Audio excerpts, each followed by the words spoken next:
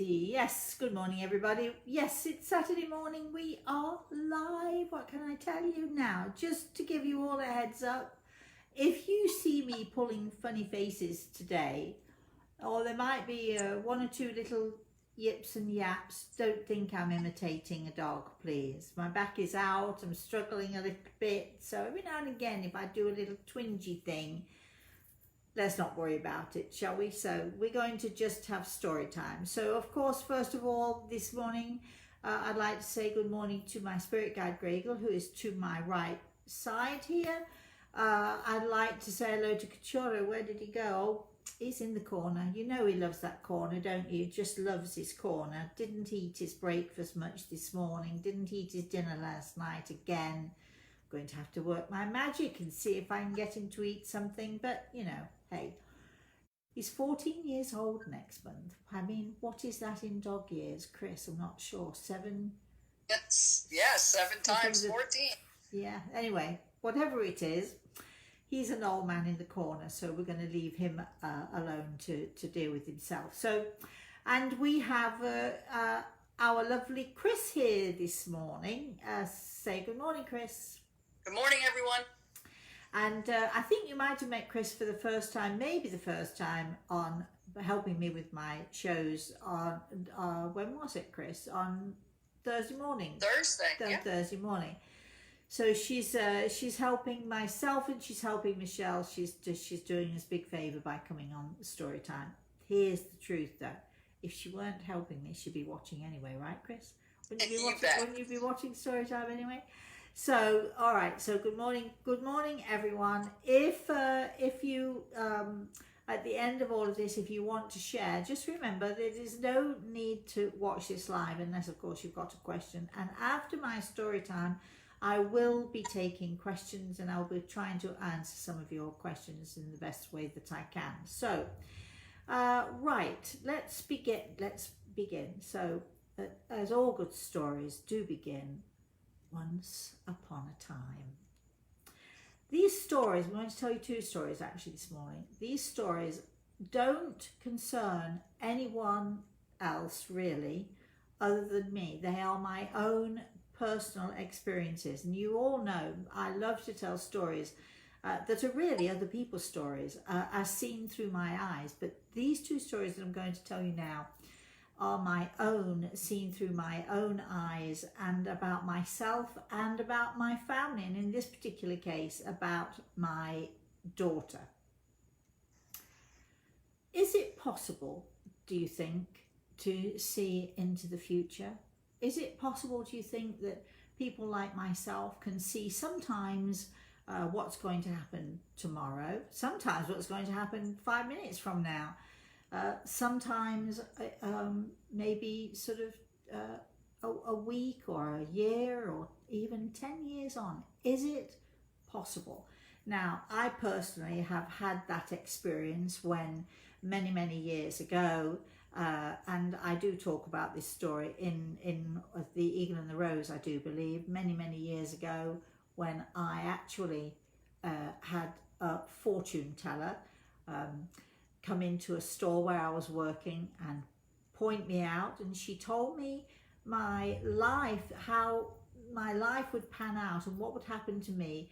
And it took, I'm going to say, for the final thing that she said to me, it probably took more than 20 years, but when it happened, it really resonated and it was really real. So I personally have had experience of people telling me about my future.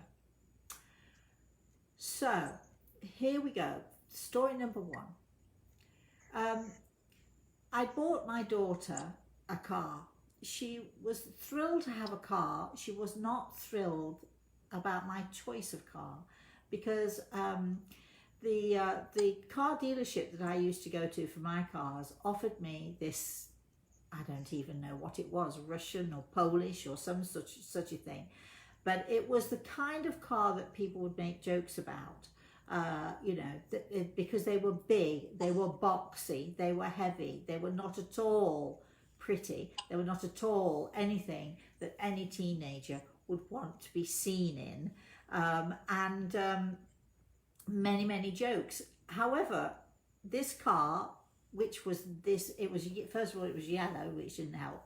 It was a big, heavy, boxy thing. And I got it for such a great price, and I bought it for her, and she cried, she whined, she wanted a little Mini. There was no way I was going to get her a little Mini because I didn't consider them to be safe for teenagers to drive at that time. So as much as she really wanted a car, and as much as she didn't want this car, what she did find out was that all the friends who had made jokes were very happy to have lifts here, there and everywhere. You know, do you want to come and ride with me? Can you go? Can we take you here? Let's go there.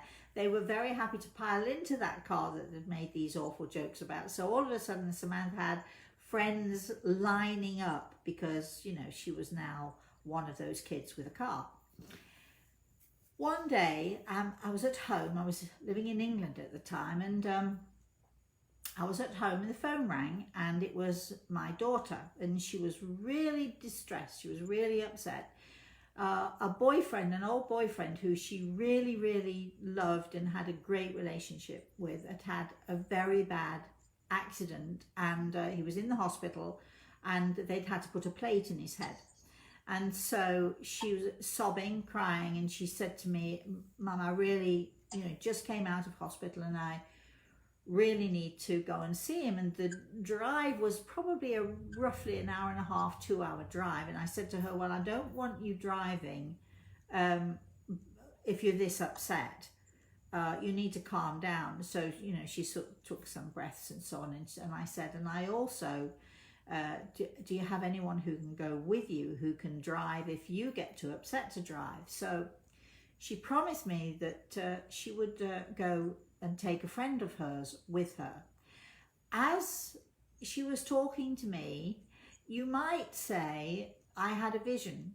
I'm not even sure really what it was, but it wasn't something that went in my head. It wasn't something I saw in my head. It was something as if I was looking at a distance, and I saw my daughter's car. I saw it skidding along the road, and I saw it smashing down into a ditch. Now, what do? Do I tell my daughter? Because sometimes when somebody tells you something about the future, does it happen because it's self-prophecy? Does it happen because you said it would, and so that puts somebody on edge, or we somehow produce that whatever it is we're talking about in the future.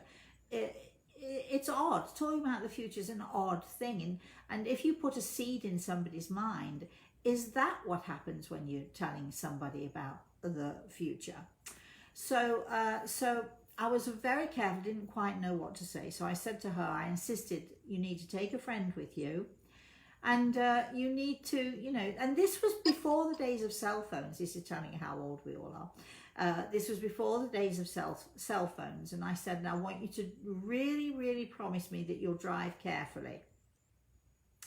Now, the weather was fine. There was no reason why I saw this, but I determined in that moment that I was not going to tell my daughter what I saw. I was just going to really make sure that she listened to me when I said, "Please drive carefully and don't drive emotionally." So she promised me. Okay, a few hours went by, and then a few more hours went by. I called a friend of mine at some point, and she came over to sit with me because I knew that something had happened. I wasn't sure how bad the accident would be, but I knew there was going to be an accident. And I wasn't sure how my daughter would come out of this, except that I'd spoken to Gregor, who had reassured me that both the girls would be okay. Now, being okay is not the same as saying they won't be injured, or there won't be issues, there won't be problems. So you can imagine by 12 o'clock that night, I was very much on edge. My friend Kay, who was sitting with me, she was very much on edge because I told her also what I'd seen. By 1 o'clock in the morning, I was really, really not okay. was it my imagination? Did I really see something that was, going to happen in a few hours? Can you really do that? Can you really see into the future in that way? At about, I'm going to say 1:30, 2 o'clock in the morning, the phone finally rang. Finally rang. And the first words my daughter said to me were, "We're okay. Don't worry, Mum. We are fine. We are okay. I'm fine. It's okay." What had happened was that as Samantha was going to this friend's house, and the roads were sort of fairly twisty turny, as only you can get in an English town or village. And as she went around a bend, she didn't realise, and who would anyway, there was an oil slick. Her car tyre hit the oil slick. Not being an experienced driver, she wasn't quite sure how to handle the car. The car whizzed here, around and everywhere, spun around the road, and literally, as I'd actually seen it, went down into a ditch. The car concertinaed, like squish like that. The roof went down in the middle and the base of the car went up. So luckily they were able to open the doors, but you can imagine they were sitting in this totally concertinaed car. Thank goodness it was a big old fat Russian or Polish thing that didn't crumple into pieces, because then they would have been damaged. Definitely. Both girls got out of the car. Samantha's friend had a little bit of whiplash.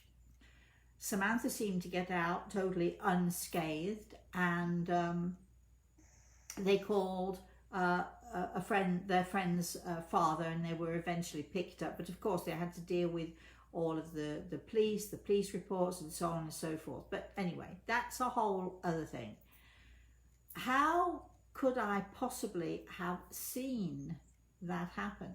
And Samantha went off merrily on her way, but after it happened, she realized how often I'd said to her, "Please drive safely. Do not drive emotionally. Take your time. There's no hurry in getting there." And so when she was on the phone telling me, "It's okay, I'm okay," and she described the car and so on and so forth to me, what had happened, she said, "But we're both okay. We got out.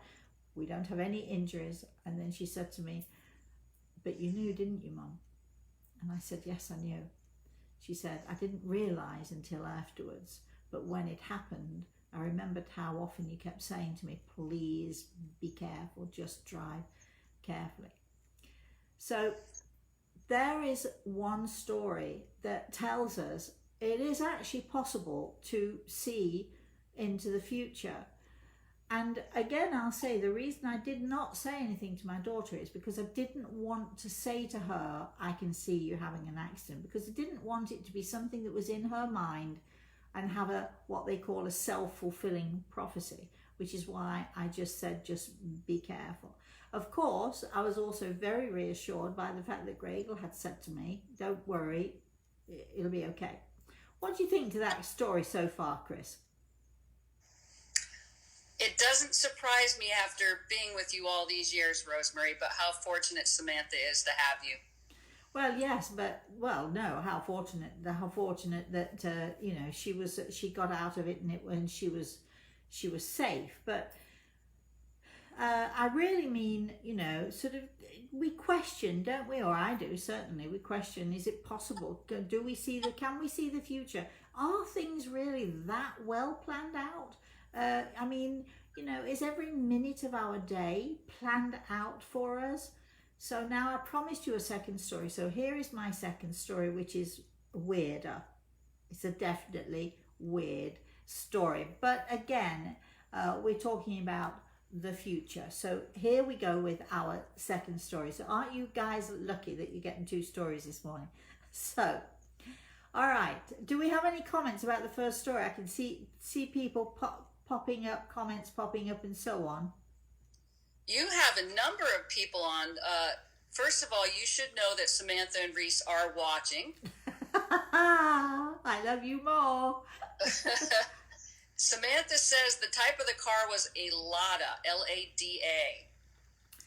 Ask her if she remembers it. Well, she will remember it. Does she have any comments about it? Not and that yet. Also, my grandson said this morning that he wasn't going to be able to watch, and he said, just tell me the story now, Mosey. And I said, no, absolutely, I'm not going to tell you the story now. You have to watch it. So here they are watching it. But I just want to say thank you to Reese's daddy, because it's his birthday, so they were not going to watch this morning, but here they are, and they are watching. And yes, it was a Lada. I would never have remembered that, but of course Samantha, being a teenager and having to drive around in the ugly thing, would probably definitely remember it. But it really did save her from getting, quite seriously hurt. That car, I always feel that the car was what really saved her. Anyone else to make a comment before we go into our second story? So Sam says she really hated that car and she called it Buttercup. Oh yeah, God, I remember now. And it wasn't complimentary, I don't think. Maggie asked, did Samantha ever ask before leaving if all was okay? Oh well, that's Maggie. That's a great story, but that's for another time. We could keep going. There are so many instances, and also so many instances where Samantha saw things for me. And I do remember her saying to me one time as I was leaving, Mom, I can see you in an accident. And I remember saying, don't tell me I'm late. Boy, did I ever wish that I'd listened to her. But I'll tell you that story another time.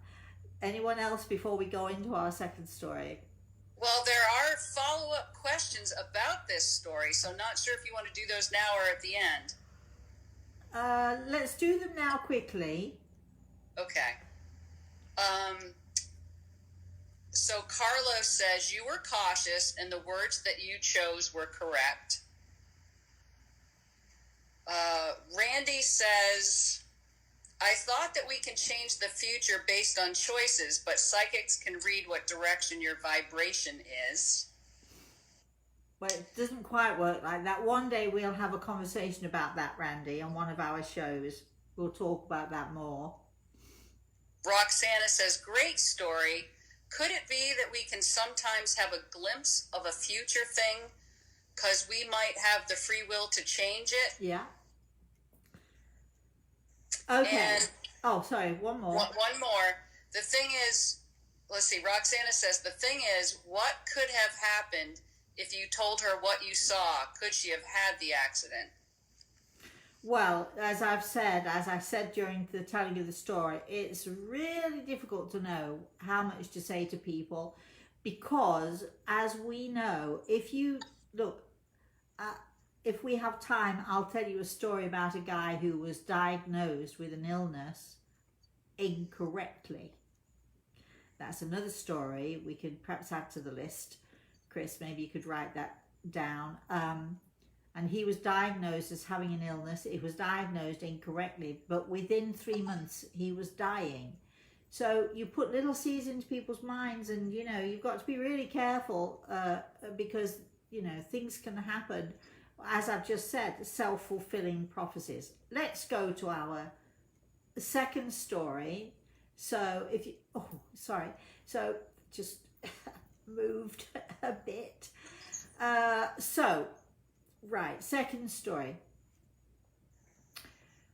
And all right, so we begin, it's once upon a time, of course, again. We begin this story, I'm in bed.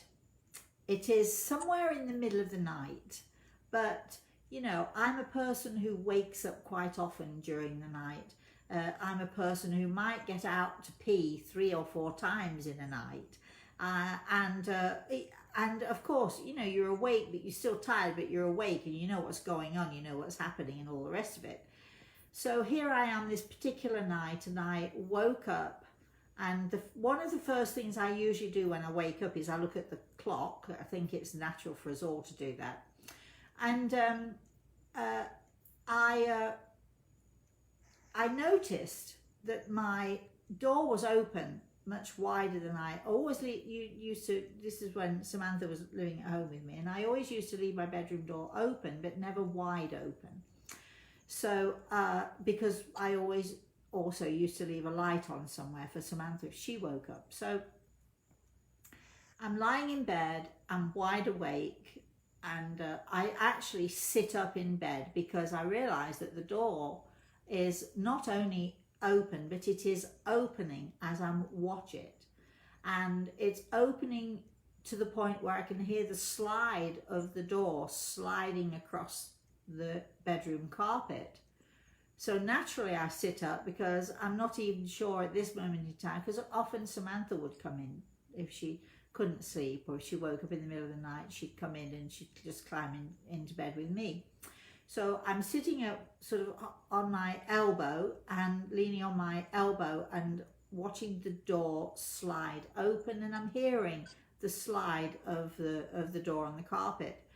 And in the doorway stand two men.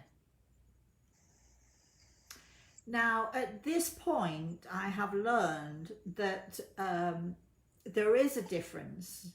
It's not much of a difference, but there is a difference between when you're looking at people from the spirit world and when you're looking at people who are of this world. Sometimes they are so clear and so precise, you do have to think, but there's something that will tell you that they're of the spirit world. So these two men, and one is standing behind the other.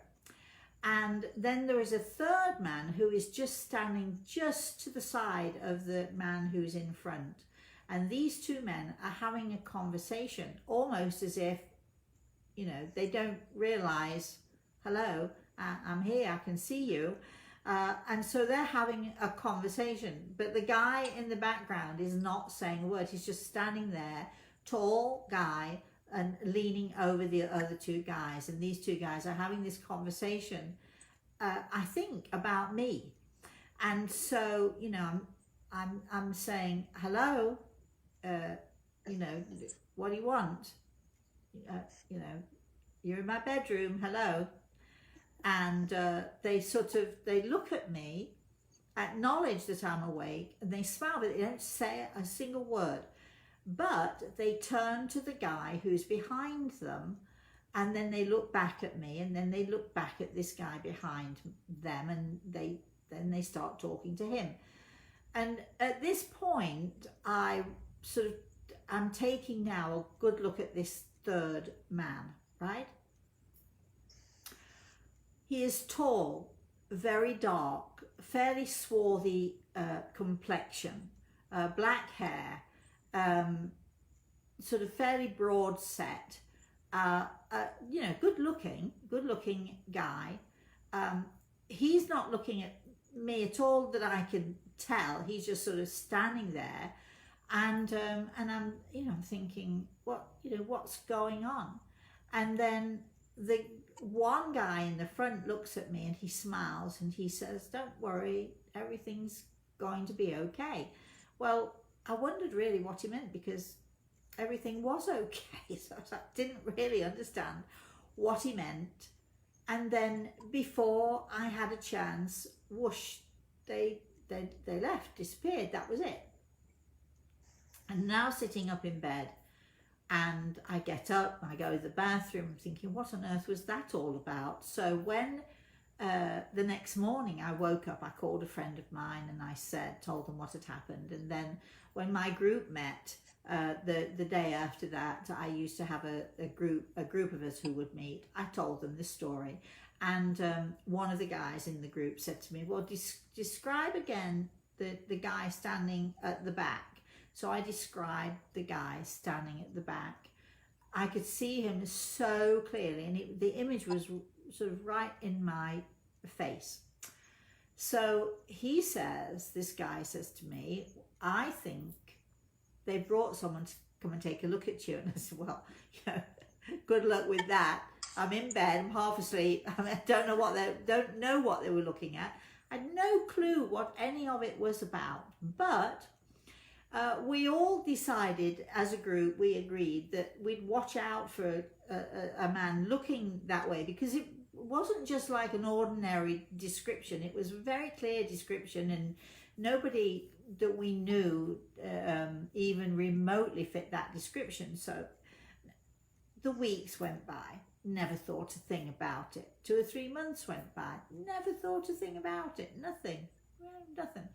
So I'm going to say somewhere around 6 months later. Now, I'm going to give you a date. I'm going to make up the date that this happened, the date that I had this vision, these visitors come into my bedroom. Let's say it was March 1st. Let's just say it was March 1st. Right. So now, a few months go by, and then a friend of mine calls up. She said, Phil and I, her name was Adele, Phil and I, want to come over. And it was quite usual that they came over, want to come over. Shall we bring dinner? No, I'll cook dinner, come on over. So, well, we've got a friend, we're going to bring a friend. And so they bring the friend, who is this really tall guy with a swarthy face, dark skin, jet black hair, broad set. And by this time, I have to tell you that I'd totally forgotten about my visitors. It happened months ago, months and months ago.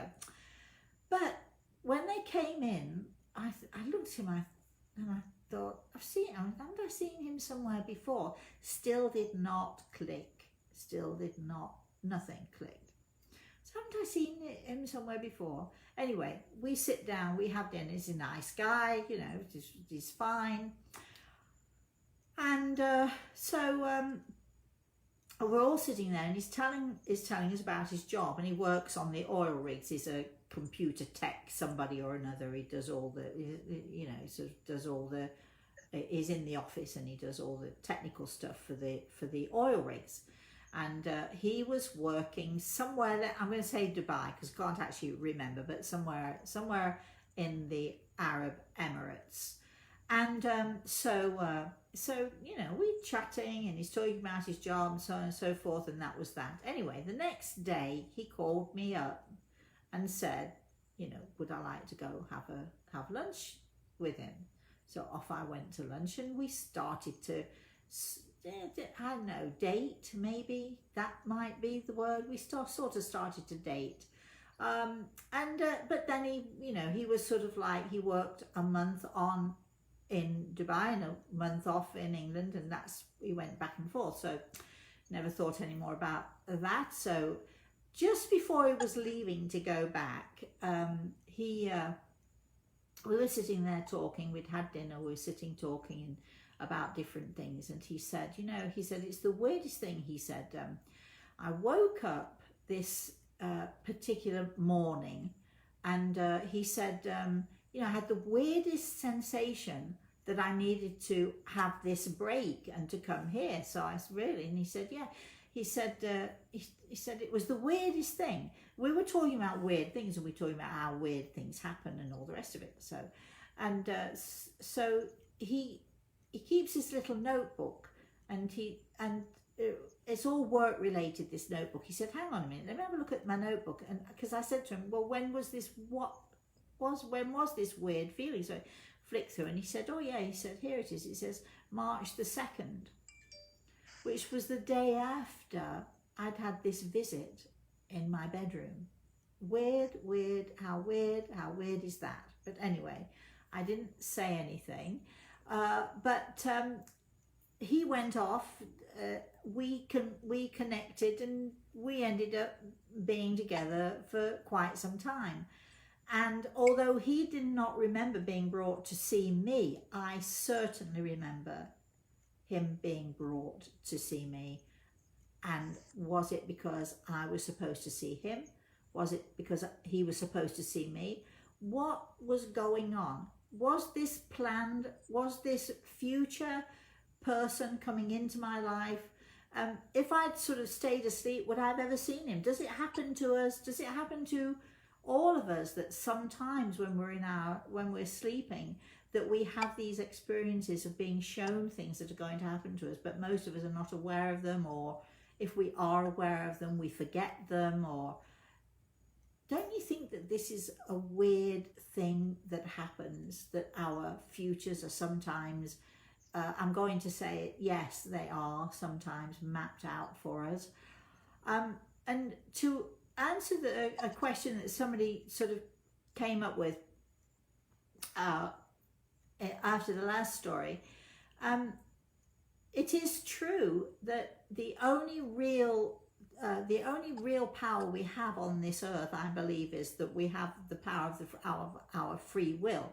So we can determine how we behave towards a thing. We can determine whether we're going to be positive about something, or we can determine whether we're going to be negative about something. But I think there are so many things that in our lives that are just simply meant to be. They are planned out for us, which is why I believe that, yes, people like myself, we can see into the future. We can see things that happen to us. And again, sometimes we see things that happen, that are going to happen within minutes. And sometimes we can see things that maybe take 20 years or even 30 years to happen. But we can see, sometimes it's almost as if we can see those important things, those important situations that are going to happen to us as we go along in life. Some of you want to know what happened to this guy. Well, I ditched him in the end, so it's got anyway. But there were so many reasons why he came into my life and why it was important that he was there. And I don't want to belittle the relationship in any way, shape, or form, because this guy really, really helped me in a time when I really needed help. And I think that was why he was brought into my life, to sort of help to balance things out and help to sort of keep me supported. I don't mean financially, to keep me supported and to be there. So I had someone I could rely on, or someone who, who could help me in certain circumstances. And that's how the thing evolved. And again, it's all about, our attitude. Did I take this positively? Did he take it positively? He was a really, really nice guy, but he had some odd thoughts. I remember him saying to me once, I'd been out to a patient in a hospital, and I came back and I was so exhausted, and he was there, he made me a drink, so on and so forth, and we're sitting chatting, and he said, I can't wait to die so that I can help people. I was like, what? You don't have to die to help people. You can, and this is what I said to him. If you want to help people, now's the time. But we're getting into a whole other area. So he came into my life at a time that I needed it, as we all have people who come into our lives when we need them.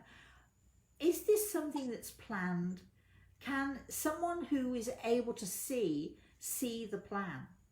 Can someone who's able to see into the future, or glimpse future situations? And I have to tell you that I personally do it all the time for other people.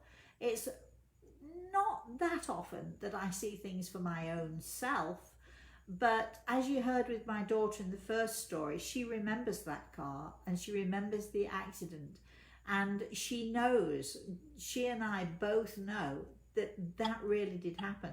And my friends in England who were with me at the time when I met this guy, they know that I saw him, months before I actually physically saw him. What do you all think? I'm curious. Do you think I'm crazy? Is it possible to see into the future? I've just given you 2 examples. I could sit here for the next how many days, hours. I could tell you stories of how often I've seen into the future for other people. Sometimes they have no choice whatsoever. Sometimes they have a choice of attitude.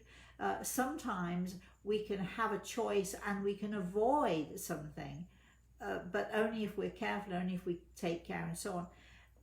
Isn't it weird, this life of ours? Don't you love it? I remember when I realized how strong the plan was, of being a bit resentful that I didn't have a free will and I couldn't choose my future for myself. But I'm less and less resentful, and understand that these things are put in front of us so that we can learn, we can grow. These situations that we have to go through so we can learn and we can grow. I do remember also, with my head in the washing machine, dealing with laundry, when I heard Gregor's voice say, there's going to be a plane crash. And I thought, I didn't hear it properly. 3 times I heard him say to me, there's going to be a plane crash. The rest of that day I watched the news. The day after I watched the news. Within days there was a dreadful plane crash. Gregor didn't just tell me there was going to be a plane crash. He told me much more about it. Could I have altered it? Could I have changed it? No. I remember on a radio show telling a whole group of people, be careful because I can see an accident and someone falling into the water and there's going to be a tragedy. And people laughed, people made fun, and so on and so forth. And these guys were in a competition. It was some sort of a rowing competition, a regatta of some kind. And it came back to me several weeks later that in fact the engineer who I had talked about specifically had actually fallen off the boat and hit his head and he drowned, which is exactly how I described it on the radio show weeks before. The radio show called me to have me back to talk about it. How did I see that? Couldn't it have been prevented? I did tell, the whole of the crew were on the radio show with me.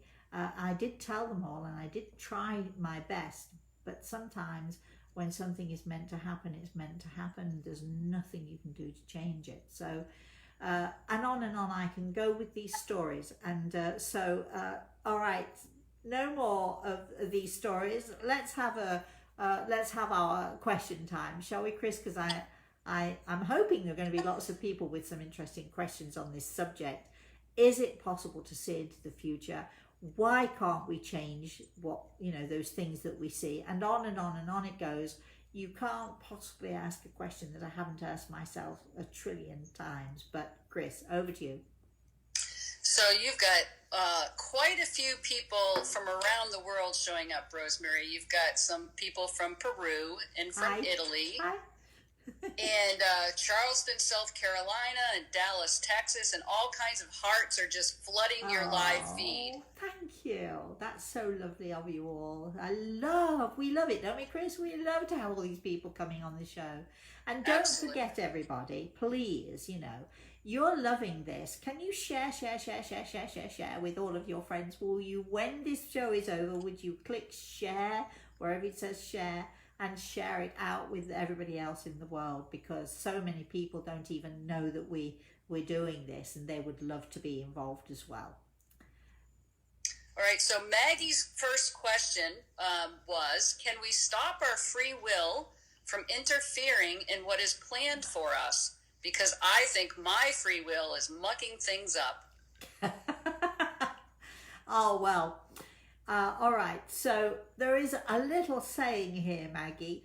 I've told my students, I tell all of my students this. It is, I do believe that it's a Buddhist saying. I'm not quite sure where I read it, at least 1,000 years ago. Allow the winds of heaven to dance between you and your fate. And I love that saying. It's a saying, it's one that I take to heart. It's one that I use. Sometimes, we stand in the river. This is how I put it. We stand in the river and we try to push the river up, whereas the river wants to just flow down. And sometimes we try so hard to determine and to force the river that actually what happens is we can't change the tide. We can't change how it's going to flow. We can't change the future, but we can go with the flow, which makes it much easier and it makes it much better and it makes it easier for us to deal with. So that's what I'm going to suggest you do. Allow the winds of heaven to dance between you and your fate and stop trying to push the river the way it will not go. Ooh.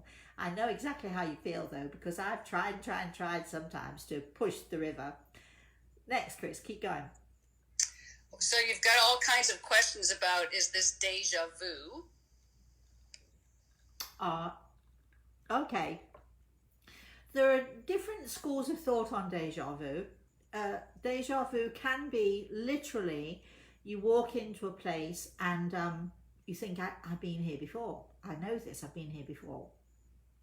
Scientists will tell us that what happens is, with all of us, so don't panic, every so often our mind goes blank. We have these what they call blank moments or shutdown moments or sleep moments or moments of rest or whatever it is, and all of us have these moments where our mind will shut for like a nanosecond, give it a little break, and then and we don't know, they're so quick, so fast, we don't even realize that it's happening.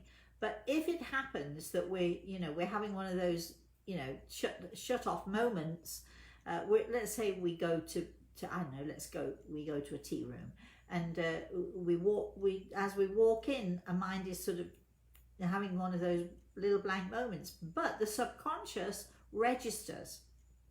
So when we sort of come to, we think, oh, haven't I seen this before? Because you really have, because your subconscious registered what your mind was not able to register in that moment. So that's one reason for deja vu, and I think it's a very valid reason. Another reason that we have deja vu is that perhaps in a previous life, a previous existence, we might have been to this place, or we might be familiar with something similar, and we recognize it. Our subconscious, our spirit, our soul, we recognize this place. That is also valid. And I also think there's a third thing that might happen. There are probably lots of things, but off the top of my head, I think there are these three things that happen. I think that we're in this place, and somehow our soul has this very, very strong, powerful connection, and it's about energy, and it's about recognizing energy and recognizing that your energy and the energy that is in a place, somehow it's familiar, somehow we just know, somehow we connect with the energy. So there are different explanations. So so that's as far as I'm going to go with that today. All right, Roxanne's talking about the movie The Matrix. Have you seen The Matrix? No, I've heard it's good, but no, I haven't seen it. So there's a character named Neo who talks to a lady, let's call her a wise woman, and she says to Neo not to worry about the vase and that he broke it, and then told him the question would be, could you have broken it if I didn't mention anything? So a character broke a vase and was told, if I told you ahead of time, would you have broken that vase or not? Is there a question? For those of you who are English, she means of ours. Just. There is no question. It was just a comment. Okay. Well, here's the thing. Okay, Roxanne. There are mysteries all around, and one of the reasons I specifically did not tell Samantha about the accident was because, for that same valid reason, I did not want to for her to have a self-fulfilling prophecy. I did not want to put the little seed in her mind so that that may have caused her to to be more careless, or when she skidded on the oil, it may have caused her to think, oh God, Mom said I'd have an accident, and so she would not have been, she wouldn't have been thinking in the same way. So I deliberately did not tell her because I did not want it to be a self-fulfilling prophecy. And also, let me just say, in that particular instance, I would have been so happy to be wrong, so happy to be wrong. So keep going, Chris, with the questions. Tammy has a comment. Can I just ask you, do you have a pad and a pen there? I do. Can you write down my sister's experience with my father? Because that's a whole other story I'm going to. You see, I keep thinking of all these stories. Every time I tell a story, the stories pop in. Okay, so go. All right, so Tammy says, my daughter has had that happen to her. So she's writing at the time when you're talking about the three men in the doorway. Has had that happen to her with two men in historic uniforms in her bedroom doorway once. She knew they were from the spirit world. Nice. I wonder if she ever found out who they were, come to visit and to say hello to her. All right, keep going. Maggie says, I recently woke from a sound sleep, seeing smoke and bright light coming through my open door. I immediately thought of the fan. It was a hot night, catching fire. On opening the door, no smoke or fire, but I unplugged the fan. I ran around the top floor. My daughter heard me and ran upstairs. No smoke or fire anywhere in the house. It rattled both of us. Well, it could have been just, if you unplugged your fans, you could have actually prevented something. So that's good too, right? Keep going. Roxana's talking about the man standing in your door. She said, but he was alive? What was it then? An astral projection? Oh my gosh. There you are, you see. We're able to travel in our sleep state. I'm glad somebody noticed that. I'm glad somebody... So we are able to, when we're in our sleep state, and some people can do it not in a sleep state, when we're in our sleep state, we are able to travel through time and space. And so, I mean, can you imagine that this man was brought to see me, and the next morning he woke up and he put time off.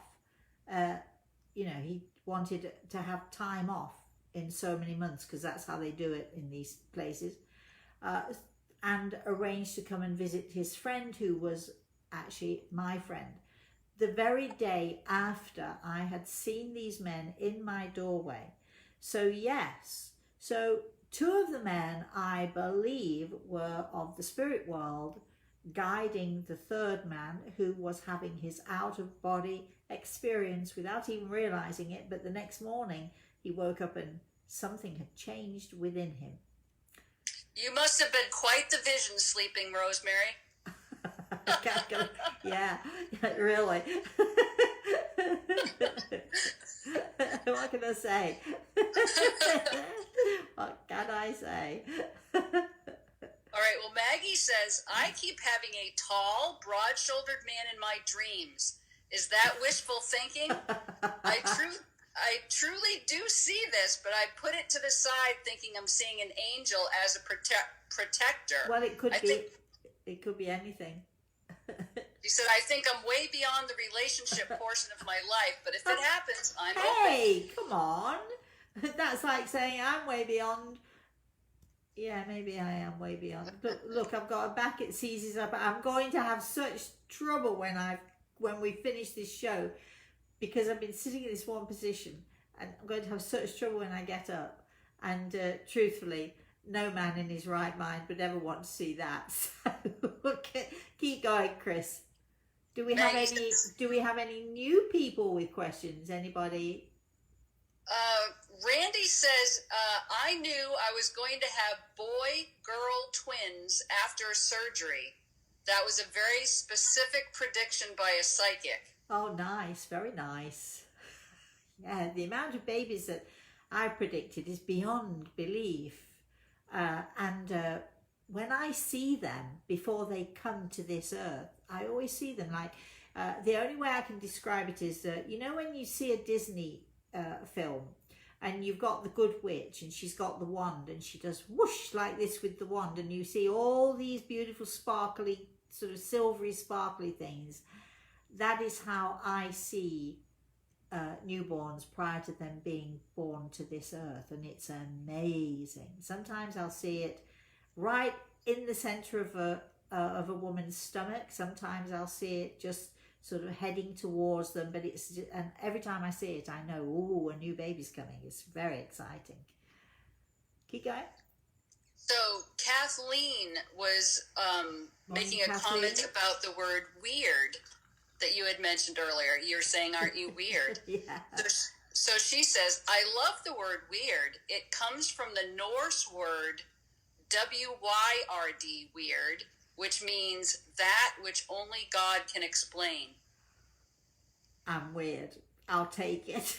The Norse, or the English, or whatever, I'll take it, because let me tell you, only God. I love that. Thank you very much for that. Was that Kathleen? Thank you very much for that, Kathleen. I'll try and remember that, because if you could make a note of it, Chris, because I really like that idea. Because yes, when you are weird, or or weird things happen to you, it really is a case of, only God can really explain what that means. So I like that. Keep going, Chris.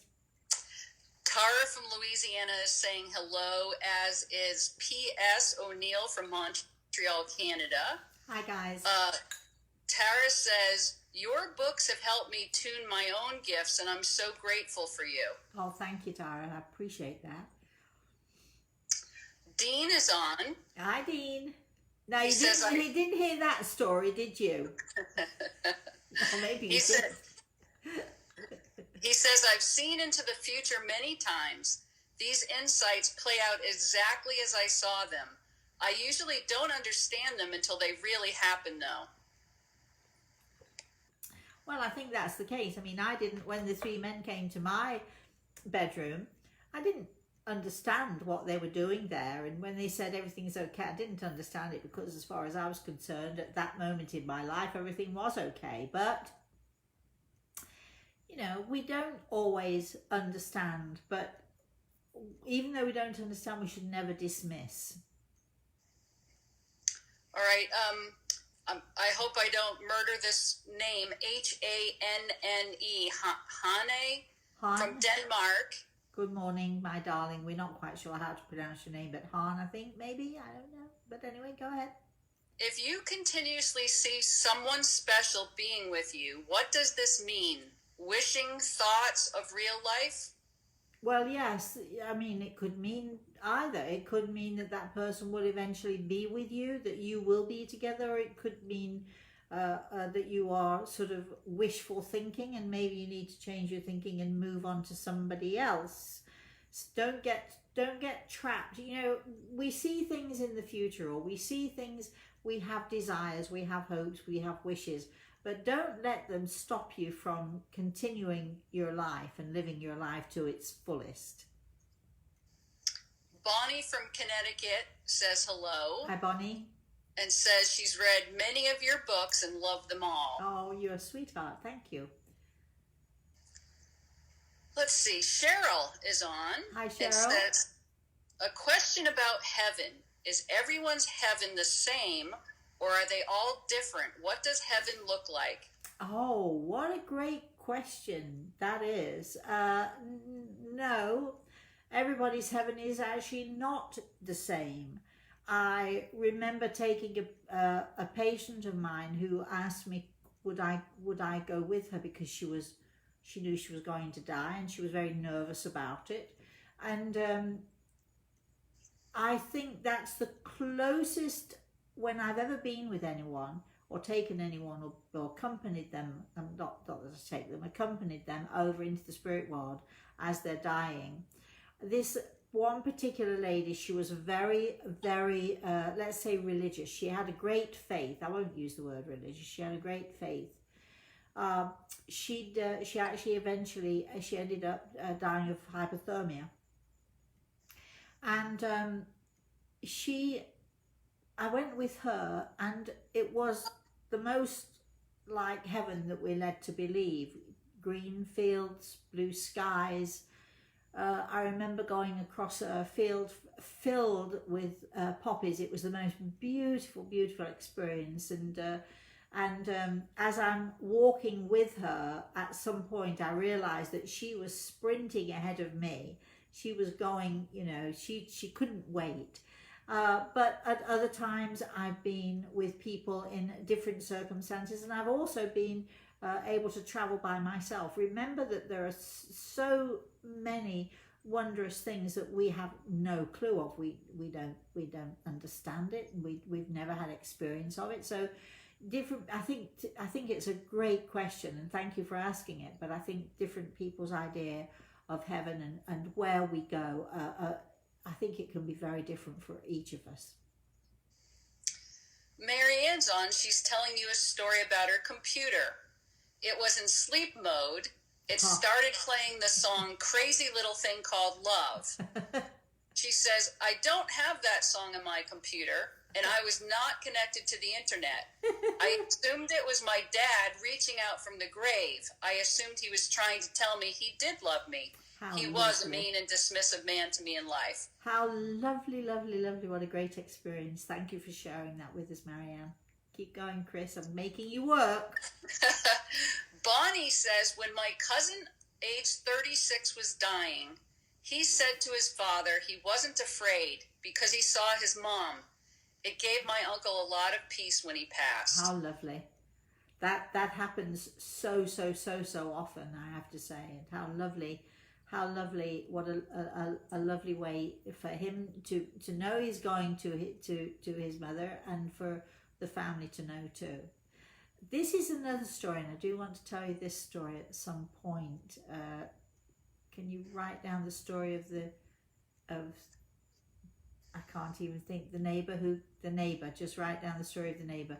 Remind me afterwards, Chris, while it's still fresh in my mind, and I'll put more, because I'll look at it now in next tomorrow or something. I think, what was that about? But I'll tell you that story maybe on another Saturday. See, all these stories keep coming. Keep going, Chris. Tara says, I love this conversation. Long story short, I had a profound spiritual experience at a plantation.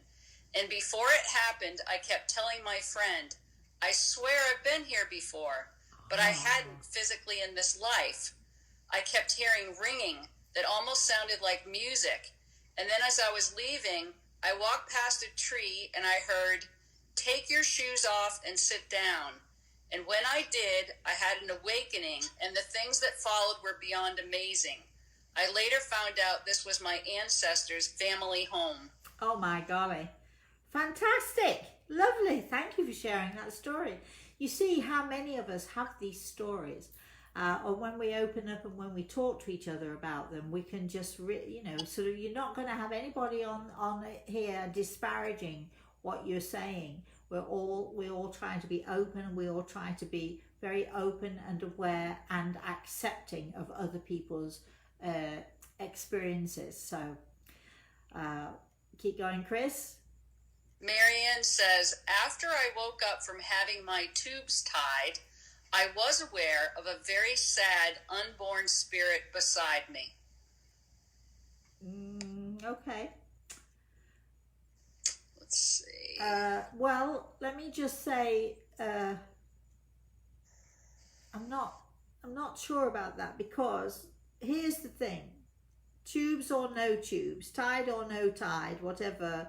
If that child was meant to be yours, somehow or another, it would have made its way into your life, my darling. So don't you be sad for that. Yep. I think we've caught up. We're all caught up. Well, look at that, it's 12 o'clock, which means we are literally caught up. So, first of all, let me say thank you to all of you. I love this show. I love the fact that you're loving it, and I love the fact that you're all participating. If you need to know more about me, please email me, Rosemary at rosemaryaltair.com. Very often people watching this show will write and say, oh, I remember I saw you 10 years ago, or I saw you 30 years ago, or whatever it was, and you told me this, or you told me that, and so on. Please, if you feel inclined, I would love to hear your stories, and so please write them to me, Rosemary at rosemaryaltair.com. If you want to know more about us or what we're up to, keep being posted. If you want to be on my email list so that you get notifications of what we're doing in the future, you must request. So again, email me and request. Please put me on your emailing list. That's all you have to do, and we shall do that. If you want to for us to send you healing, again, we shall do that. Again, email me and put it in the subject line. If you want to know about consultations, if you want to know more about my books, my meditation CDs, the 2 meditation CDs are now out on iTunes, Amazon, all of those places where you can get them. The first one is called A Journey Towards Healing, and the second is called A Garden of Souls. There'll be a third one coming out very, very soon. There are 5 in all that we shall share with you in this way, on iTunes, on Amazon or wherever you can get music. All right. I can see we've got a couple more comments coming up, Chris. There was one question and a lot of thank yous.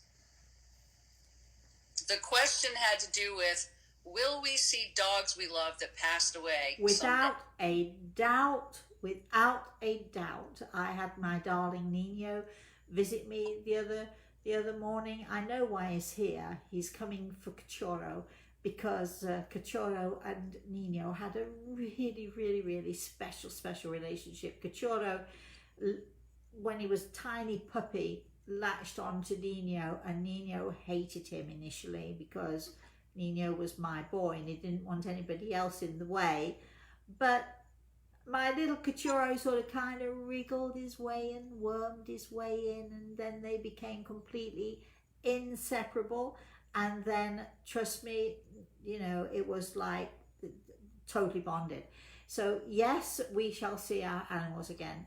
Look, if this is what I'm going to suggest for all of you who maybe it's your first time or maybe you want to know more, you can find this. You can find all of these shows on YouTube. You can find them if you scroll through Facebook. You can find them on my Facebook page. But we do upload everything to YouTube, so go to my YouTube channel. I do have to say that I did put up a couple of days ago, I have to laugh to myself because I'm wearing this great big heavy black sweater, which makes me look like I'm a huge mama in the kitchen. I might want to lose weight, but I'm not quite that heavy. But forget that. I made pesto, my own recipe for pesto, and I put that up. It's on Instagram, but also within the next couple of days or so, you'll be able to find that also on YouTube as well, in Rosemary Altea's kitchen. You'll find that, and so, or go to my channel. You can find all of these things, and you can watch them again and again and again. So you don't have to just see them on Facebook, because we put them all over the place.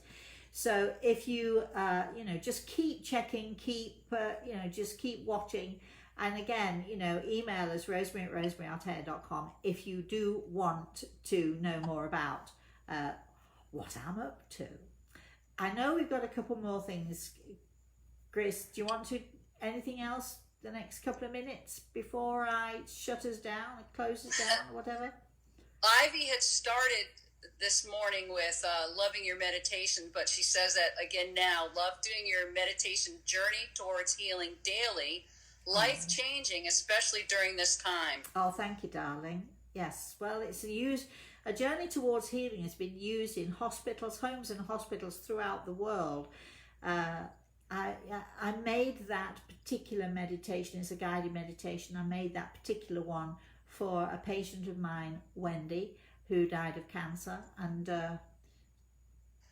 anyway, that's a whole other story. So, but I'm really, really pleased, Ivy, that you're using it and that it's helping you. And Annabella says she just received soul signs. She's very excited about it. Now listen to me. Here's the golden rule. First, you must find your soul group. Do not read all the 12, signs, because you'll get confused. Find your soul group first. Are you a fire sign, an air sign, an earth sign, or a water sign? I won't go into the fifth one. Which of those are you? When you've defined that and figured that out, then you only have 3 choices. Let me know how you get on, would you? Once you've figured it out for your own self, this is what I love about soul signs. Once you figure it out for yourself, then you'll start in with everybody else you know, right, Chris? You'll be looking at your mother, your father, your friends, your sisters, your brothers. Oh, he's a this, and oh, that's why this happens, and that's why he's the way he is. This is such a great book. Do you want to comment on the book very quickly, Chris? Well, I even love your more revised version. It's more workbooky. Yeah, because there are pages in there. That's true. But anyway, all right. Well, tell us how you get on with it. Anything else quickly? P.S. O'Neill says, when I knew I had to get divorced back in 2003, I was the passenger in our vehicle as my soon-to-be ex drove and gave me his usual monologue. My 2 small children were sitting in the back. I felt quite down about breaking up my family, I suddenly heard in my body the sound of music and the most beautiful singing. I checked the radio. It was off. My ex kept talking. My kids were unaffected, but I felt uplifted. Brilliant. Thank you for sharing that, my darling. All right. I think that's it, right, Chris? Yeah. All right. So thank you for joining us. We shall be back here next Saturday with more stories. I want to say thank you once again to my darling grandson.